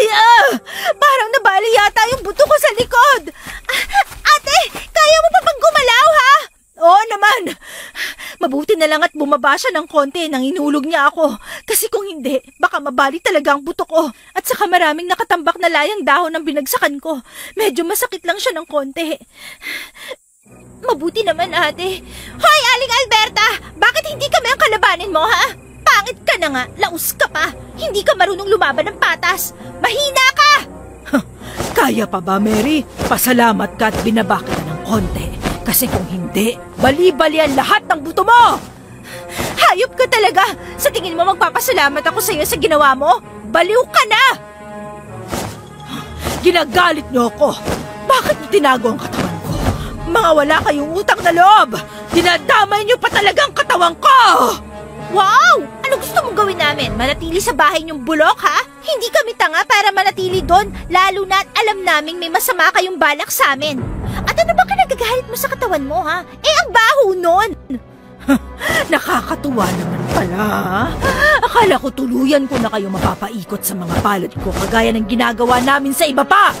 Sayang, kung hinintay nyo lang kami, di sana busog na ang tiyan namin. Di sana hindi na kayo nagtatago ngayon! Wala ka na talagang awa at konsensya. Ang mga taong inosente dinadamay mo. Hindi namin kasalanan na napatpat kayo sa lugar namin. Kayo mismo ang naglagay sa sarili nyo sa kapahamakan. At yun ang pinagpapasalamat namin dahil alam naming binuhay kayo para maging pagkain namin. Baliw ka na talaga. Kahit kailan hindi ginawa ang tao para maging pagkain ninyo. Kayo lang talaga nag-iisip ng ganyan, no? Sa bagay, kampon kayo ni Satanas. Hindi na kailangan tanungin yon. Roxanne, ako nang bahala dito. Hanapin mo na ang putol niyang katawan. Lagyan mo ng halamang gamot na nakuha natin kasama ng matinik na sanga ng katmon. Hindi natin pababalikin ang kalahating katawan niya kung sakaling makatakas siya. Ate, paano ka? Susubukan ko siyang labanan. Mag-isa? Hindi ako papayag, ate. Baka mapano ka dito. Wala kang kasama. Ipanalangin mo na lang na makabalik agad si Troy para matulungan ako. At saka, wag mo na akong intindihin. Mag-iingat ka. Sana wag mo makasalubong si Mang Berto. Mas malakas ang manananggal na yon. Alalahanin mo ang sarili mo.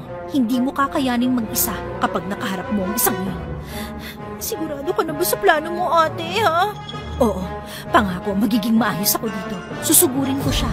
At ikaw sa likod ka dumaan para hindi kanya mapansin. Gawin mo ang inuutos ko sa iyo, Roxanne. Okay na. Sige na, naintindihan ko, ate. O ano? Nagpapaalam na ba kayo sa isa't isa?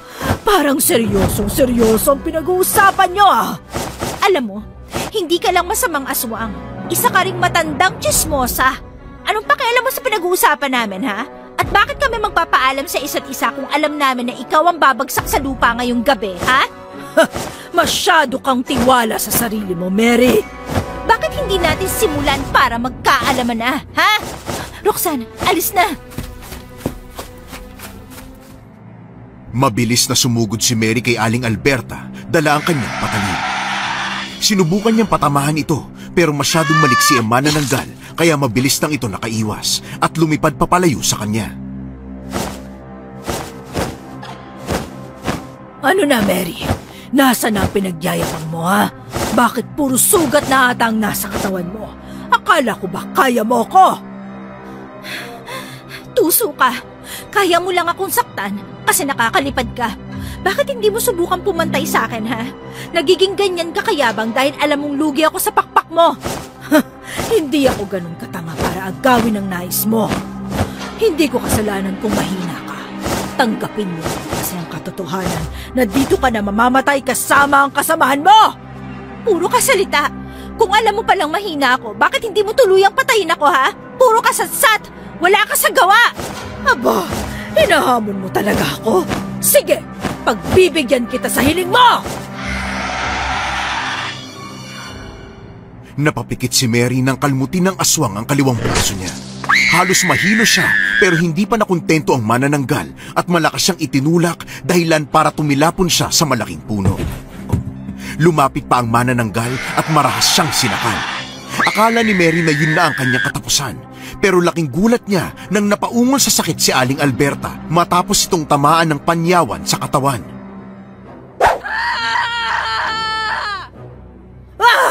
Ang sakit! Ang pakpak ko, ha? Pakialamero! Tigilan mo na kami, Aling Alberta! Tigilan mo na yung kasamaan mo! At sino ka para utusan ako, ha? Pagbabayaran mo ang pananakit mo sa akin! Mali ka! Ikaw ang magbabayad! Pagbabayaran mong ginawa mong pananakit at pagpatay sa mga inosenteng tao! Hindi kami titigil hanggat hindi nyo pinagbabayaran ang lahat ng kasamaan nyo! Nasunog ang pakpak ko! Mabuti nga sa'yo! Mary, kaya mo pa ba? Pasensya na kung natagalan ako. Nahirapan ako makabalik dito dahil sa panliligaw niya. Nasa pala ang kapatid ko? Hindi ko na napansin si Roxanne. Nakabalik ba siya? Nahihilo ako pero kaya ko pa. Si Roxanne naman, inutusan kong lagyan ng pananggalang ang katawan ng manananggal para hindi na makabalik. Nanghihina ka na. Ako na munang bahala sa kanya. Kakalabanin ko siya. Hindi pwede. Kailangan natin siya pagtulungan. Malakas sa tuso siya, Troy. Kayang-kaya niya tayong paikutin at paglaruan sa mga galaw niya. Pero nanghihina ka pa. Baka hindi mo kayanin. Hindi pwedeng may masawi sa atin kahit isa ngayon. Ayos lang talaga ako. Konting dugo lang naman ang nawala sa akin. Mag-iingat na ulit ako sa susunod. Nandito ka naman eh. May kasama na ako. Magtulungan tayong muli na matalo siya nang hindi masaktan ng bawat isa sa atin. Protektahan natin ang isa't isa.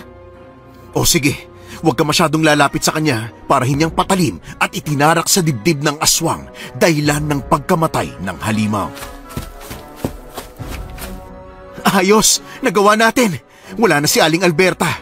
Wala nang isa sa pinakamalaking kalaban natin. Oo nga, pero parang suko na ang katawan ko. Magpahinga ka muna saglit. Hintayin na natin si Roxanne na makabalik dito. Sana naman hindi siya naligaw. Hindi yan. Puro reklamo lang ang ginagawa ng babaeng yun, pero alam ko mabilis gumana ang utak nun. Kayang-kaya nun ng sarili niya. Malaking tiwala ko sa kapatid mo, Troy. Saka, hindi ko naman uutusan yun kung alam ko mapapahamak siya. Ate! Kuya! Nasaan na kayo? O, diba? Nandito na ang hinihintay nating dalaga. Nandito kami, Roxanne. OMG! Nandito lang pala kayo. Nakakapagod tumakbo, grabe. Mabuti na lang at nagawa kong pinapagawa mo, ate. Teka, nasa na pala ang bruhang aswang na yun? Hindi pa ako nakakagati sa kanya eh. Wala na siya, Roxanne. Napatay na natin siya. Talaga? Mabuti naman. Napagod pa naman akong hanapin ang kaputol ng katawan niya malapit sa bahay nila. Mabuti naman at hindi mo nakasalubong yung asawa niya. Mabuti nga hindi eh. Paano mo pala nalaman kung saan nilagay ni Aling Alberta ang katawan niya? Ang bilis mong mahanap eh. Sa pagkataranta mo kanina, takbo ka lang ng takbo at hindi ka na nagtanong sa akin kung saan ka pupunta. Ang galing mo, Roxanne. Siyempre naman ate, para namang wala kang tiwala sa akin eh. Ako na to oh. Hindi, joke lang. Alam ko naman kasing malapit sa bahay lang ni Aling Alberta niya iiwan ang katawan niya.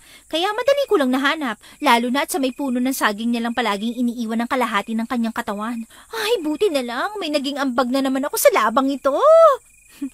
Isa na lang ang poproblemahin natin. Ang asawa ni Aling Alberta na si Mang Berto. Mahihirapan tayong tatlo na labanan siya, lalo na malaki siya at malakas. Kahit na magtulungan tayong tatlo, hindi pa rin tayo mananalo. Hindi ko naman minamalit ang lakas natin pero baguhan lang tayo sa labang ito. Ay, pagod na tayo. Nahihilo na ako kakatakbo at saka sa gutom. Alam ko, kaya naghanda agad ako ng panibagong plano. Sana makayanan natin at siya na lang ang kalaban. Dito mauubos talaga ang lakas natin. Ha? Ano yun ate? Anong plano mo? Gawin ulit natin ang ginawa mo sa katawan ni Aling Alberta. Lalagyan natin ng pangontra ang katawan niya? Oo, sabay-sabay nating hanapin ang kalahati ng katawan niya at lalagyan natin ng panyawan, katmon at makahiya. Pagkatapos, anong sunod nating gagawin?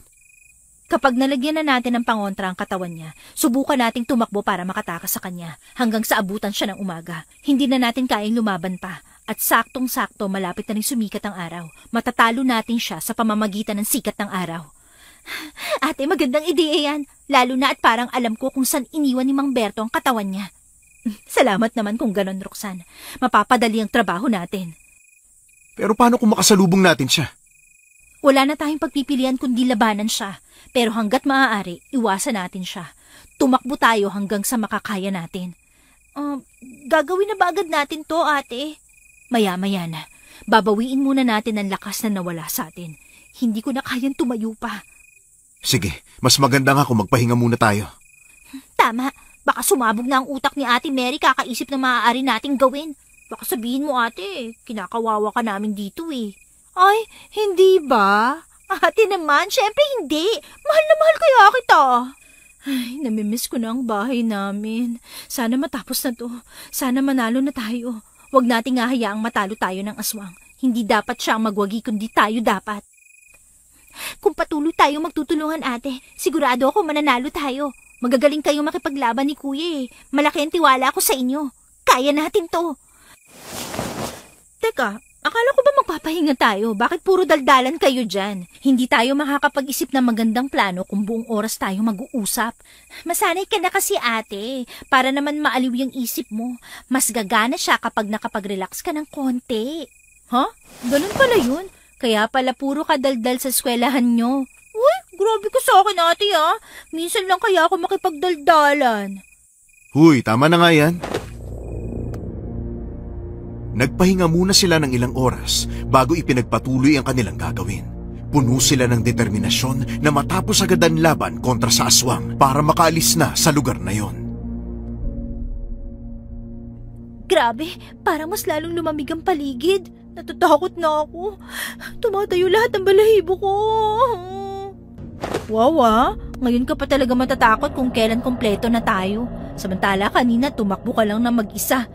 Hoy ate, natatakot kaya ako kanina. Hindi lang halata. Kahit pinangungunahan ako ng nervyos sa takot, mas inisip ko na baka masaktan ka kapag hindi kita agad binalikan. Sus, dapat na ba ako magpasalamat niyan sa'yo, ha? Oo naman, kaya dapat mo akong ilibre kapag nakauwi tayo. Kung makakauwi pa tayo. Kuya, wag mo nga sabihin yan. Nagbibiro lang, napakaseryoso nyo kasi. Sinong gaganaan makinig ng biro mo sa ganitong sitwasyon? Nasa bingit na nga tayo ng kamatayan. Baka ngayon habang naglalakad tayo makasalubong natin yung kamukha mo. Sinong kamukha? Yung manananggal na si Mang Berto. Gusto mo ipakain kita sa kanila? Syempre hindi. Ikaw naman, di ka na mabiro eh. Tama na yung away dahil malapit na tayo. Dito pa lang simulan na natin ang hanapin ng kaputol ng katawan niya. Nandito lang yun sa tabi-tabi. Maghiwa-hiwalay kaya tayo para mabilis natin siyang mahanap. Yan din ang bala kong gawin natin. Siguruhin yung bit-bit nyo mga pangontra, ha? At dito ako sa gitna maghahanap at dun ka sa kaliwa, ate. At sa kanan ka naman, Kuya Troy, para mapabilis tayo dito. At siya na nga ang nagdesisyon. O sige, tumawag lang kayo kung may kailangan kayo. Umabot ng halos kalahating oras ang pag-iikot nila sa paligid, pero kahit anino ng putol na katawan ng lalaking manananggal ay hindi nila makita. Hanggang sa maisipan nilang magsama-sama na lang ulit para protektahan ang bawat isa. Hihilo na ako sa kakaikot pero wala pa rin ako nakikita. Pati sa pinaghihinalaan kong lugar, wala rin. Sa pwesto ko, wala rin. Tiningnan ko yung mga puno ng saging at mga damuhan pero wala pa rin ako nakita. Mukhang tinago niya na maigi ang katawan niya para hindi natin ito makita. Mautak din ang aswang na yan. Teka, parang may paparating. Magtago tayo. Saan tayo magtatago, ate? Sa likod ng puno. Bilisan mo ang pagtakbo, Roxanne. Teka lang, ate. Ayan na. Manahimik na kayo. Nandito na siya. Tama ka nga, ate. Ang laki niya. At napakabarako ng katawan niya. Ang pula ng mga mata niya. Mas nakakatakot siya kesa kay Aling Alberta. Kung mahuhuli niya tayo, siguradong patay tayong lahat. Kaya nga hindi tayo dapat magpahuli sa kanya. Mukhang pupuntahan niya ang katawan niya. Ano ba naman yan? Mautak talaga ang isang to. Paano niya naisip itago sa loob ng malaking butas ng puno ang katawan niya? Kanina pa tayo naghahanap, nandun lang pala. Masama to. Mukhang babantayan niya ang katawan niya. Baka alam niya na patay ng asawa niya. Naku, mukhang galit na galit siya, ate. Anong gagawin natin? Hindi natin yan makukuha kung babantayan niya yan. Roxanne, marunong ka bang umakyat? Hindi, ipagawa mo na lang sa akin lahat. Huwag lang umakyat ng puno. Konting oras na lang at magliliwanag na. Hindi pwedeng makabalik siya.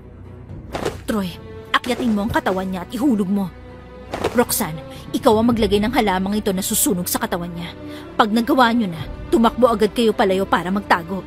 At ikaw, ate, paano ka? Lilibangin ko siya. Magpapahabol ka sa kanya? Oo, wala na tayong mapagpipilian. Hindi pwede ang kapatid mo at lalong hindi pwedeng ikaw dahil kailangan natin ng marunong umakyat. Ate naman Magiging maayos lang ako, pangako. Sabay-sabay tayong uuwi. Basta gawin niyo lang ang inutos ko. Kayang-kaya ko pang gumalaw. Siguraduhin mong hindi ka magpapatalo sa kanya, Mary. Ipangako mo. Oo. Susunod agad kami sa'yo, ate. Kayo ang bahala. Pag umalis ako, gawin niyo na agad. Mabilis na tumayo si Mary at hindi na nilingon ang kanyang mga kasama. Agad siyang nagpakita kay Mang Berto at sumigaw ng malakas para makuha ang atensyon ng aswang. Galit na galit itong nakatingin sa kanya at hinabol siya. Kaunting distansya lang ang pagitan nila kaya humablot siya ng kahoy na panghampas. Ang lakas ng loob mong magpakita rito. Pinatay niyo ang asawa ko, kaya pagbabayaran niyo ang ginawa ninyo! Kayo ang naunang nanakit sa amin, kaya sa tingin niyo hindi kami lalaban? Kung nakakaya niyong kainin ng nauna sa aming mga tao dito, pwes, kami hindi. Kami ang tatapos sa kasamaan mo! Masyado kang bilib sa sarili mo. Kaya pala uhaw na uhaw ang asawa ko sa'yo. Dahil masyadong sariwa at mabango ang dugo mo. Nakakagutom ka. Parehas na parehas nga kayong sakim ng asawa at ng mga kasamahan mo. Gusto mo ang dugo ko, hindi ba? Dahil nagugutom ka? Bakit hindi tayo maglaro? Lugi naman ako kung ibibigay ko sa'yo ng libre ang katawan at dugo ko. Ano bang laro ang gusto mo? Simple lang. Hahabulin mo ko at kapag nahuli mo ko, sa'yo na ang dugo at laman loob ko. Madali lang, hindi ba? Yan! Yan ang gusto ko. Yung ikaw na mismo ang nag-aalay ng kaluluwa at katawan mo. Dahil sa sinabi mo, pagbibigyan kita, bibigyan kita ng palugid. Tumakbo ka ng tumakbo hanggang sa makakaya mo. At kapag naubos na ang 3 segundo, susundan kita. Ayos ba yon? Sige, magbilang ka na. Mula 1 hanggang 10. Takbo na, iha. Susunod na sa'yo si kamatayan.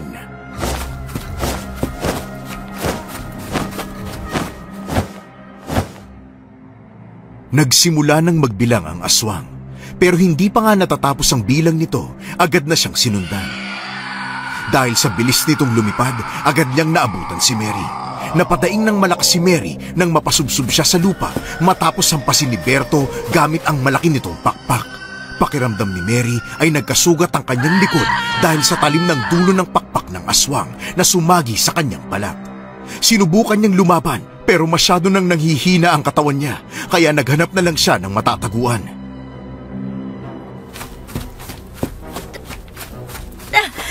Tuso ka talaga! Hindi ka makapaghintay! Sumugod ka kaagad! Pasensya na, Iha. Gutom na kasi ako eh. Ngayon na nahuli na kita, akin ka na. Sa tingin mo, magwawagi ang kagaya mo?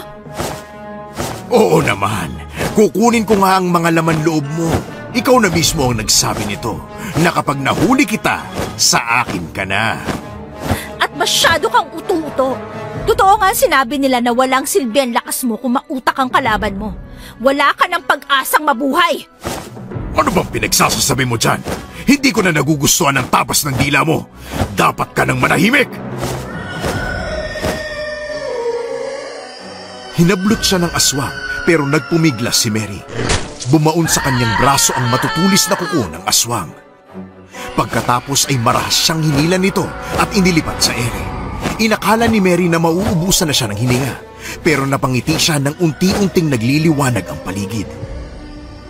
Gulat at magkahalong takot ang nakita niya sa mukha ni Mang Berto. Mabilis siya nitong binitawan. Mabuti na lang at mababa lang ang nilipad nila, kaya hindi siya napilayan ng bumagsak sa lupa.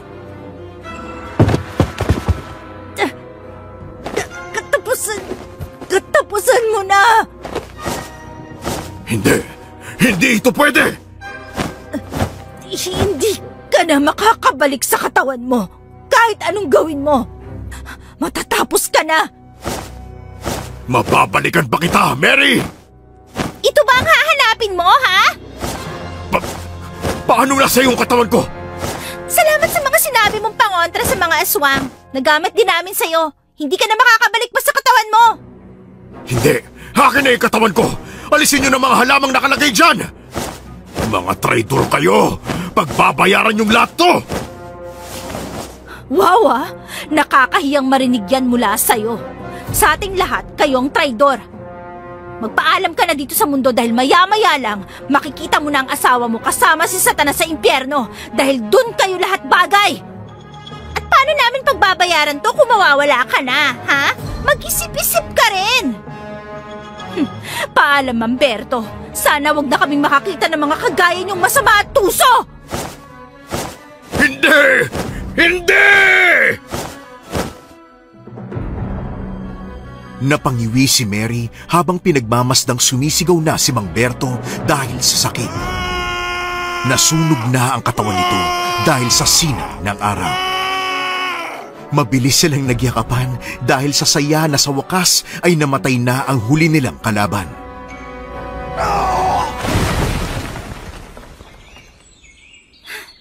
Finally, makakaalis na rin tayo, ate! Gusto ko nang umuwi! Ako rin, Roxanne. Gusto ko nang umuwi. Kaya niyo pa bang maglakad? Pupuntahan pa natin ang kotse. Uuwi na tayo. Wala nang sasagabal sa atin. Kaya ko pa, kuya. Kaso si Ate Mary parang hindi na. Sobrang pagod na siya. Parang ihimatayin na eh. Kakargahin na lang kita, Mary. Troy, kaya mo pa ba? Oo naman. Halika na.